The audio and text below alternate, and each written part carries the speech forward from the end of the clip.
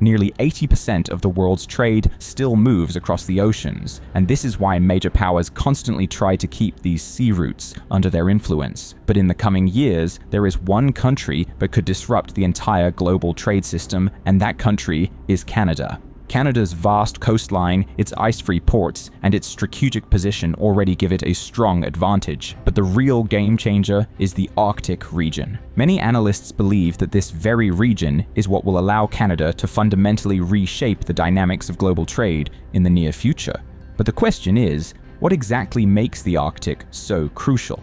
If you look at the northernmost part of our planet, the entire blue-colored expanse on the map, that is the Arctic. It includes the Arctic Ocean along with the territories of several countries. The first among them is Canada, whose entire northern and northwestern zones fall inside the Arctic region. Next is Denmark, because Greenland is still administered by Denmark, and that automatically places it within the Arctic framework. Greenland is the world's largest non-continental island, where only about 15% of the population lives in habitable areas. The remaining 85% stays frozen throughout the year. The third country is Iceland. Officially, it sits right on the boundary of the Arctic Circle, but two of its islands, Grimsey and Kolbeinsey, fall inside the circle, making Iceland an Arctic nation as well. Fourth is Norway, nearly half of whose land lies within the Arctic Circle. This northern zone also includes islands such as Svalbard and Jan Mayen, both under Norwegian control.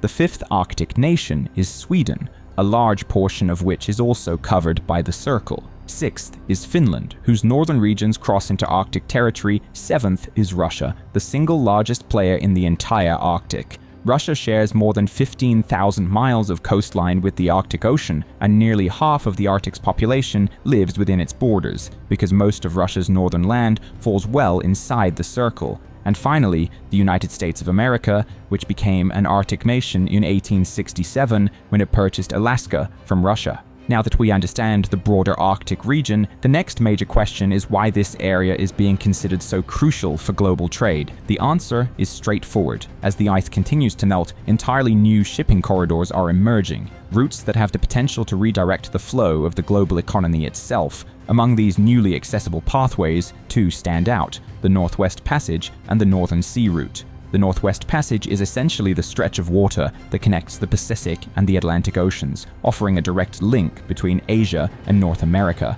What makes it even more significant is that, compared to existing trade corridors, this route could be far more cost-effective.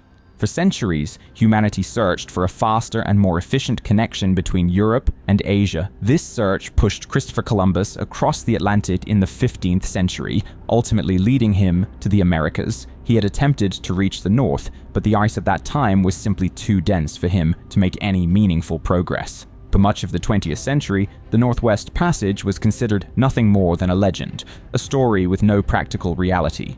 But in 1906, Norwegian explorer Roald Amundsen changed that perception entirely. In 1903, he set out from Norway on a small vessel with a handful of crew members. After 3 long and difficult years in the high Arctic, he reached Herschel Island in Canada, creating the first documented crossing of this route in human history. For the next 100 years, no commercial ship attempted the passage again. Then, in 2013, a Dutch container vessel scheduled to travel from Vancouver to Finland via the Panama Canal decided to try the Northwest Passage instead. It became the first commercial ship in a century to successfully traverse this corridor. The journey was not only 4 days shorter, but also saved roughly $80,000 in fuel costs. This single successful voyage drew global attention back to the route. Western powers began serious discussions about its strategic and economic implications. This is what the route would look like.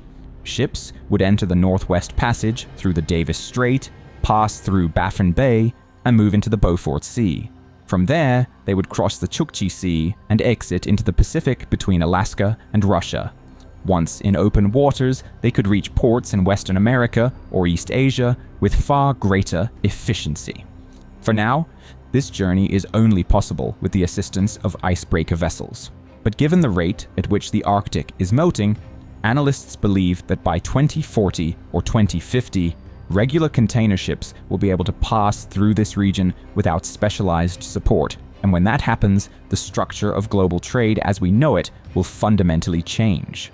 For example, a ship that currently travels nearly 13,000 miles from Japan to Western Europe through the Suez Canal could, in the future, simply cross the Bering Strait, move through the Northwest Passage, and dock directly in Western Europe. This northern route would be roughly 6,000 miles shorter than the one through Suez. And when a journey is cut in half, the savings in both time and fuel become extraordinary. It is almost certain that once this route becomes fully operational, both the Panama and the Suez Canal will experience a significant decline in traffic and revenue.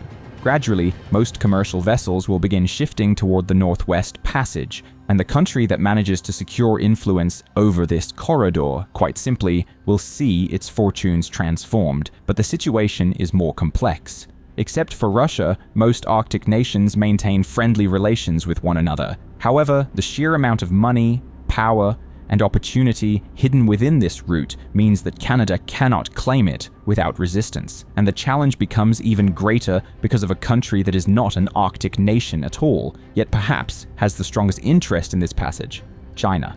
China's entire economic engine is driven by manufacturing exports. These exports pass through the Strait of Malacca into the Indian Ocean and then through the Suez Canal before reaching Western Europe. It is a long and vulnerable route with 3 major choke points. If even one of these is disrupted, China's economy faces immediate risk. This is why, for China, delivering goods to Europe through the Northwest Passage is almost an ideal scenario. Beijing has been working aggressively to position itself within the broader Arctic framework. In 2018, Chinese officials declared China to be a near-Arctic state. In 2023, China sent its first domestically built icebreaker on an Arctic exploration mission. And while China publicly states that it will respect international law in Arctic waters, it is widely understood that a route with such immense strategic value cannot be governed by diplomacy alone. But in geopolitics, nothing is ever certain, and the challenge to Canada's claim over this route does not come from China alone. In fact, the most serious opposition may be coming from an unexpected place: the United States. This is especially surprising because the relationship between the US and Canada has historically been friendly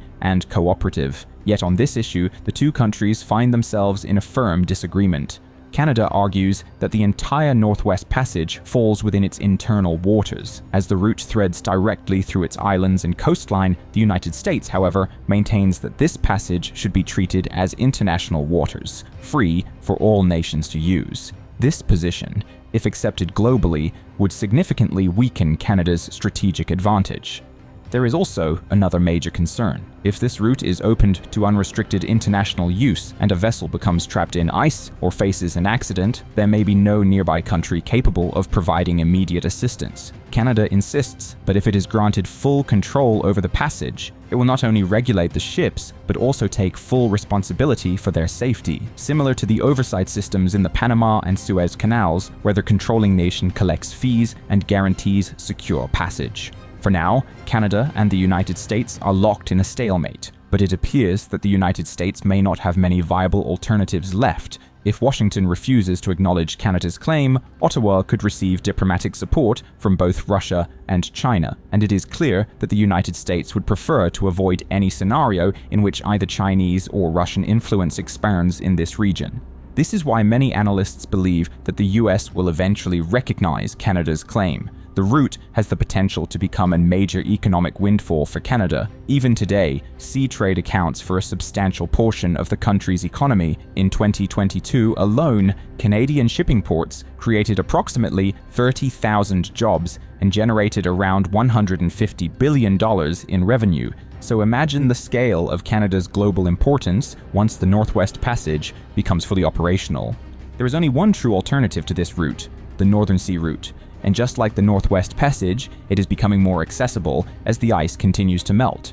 But there is one critical difference. This route would significantly strengthen Russia and China geopolitically.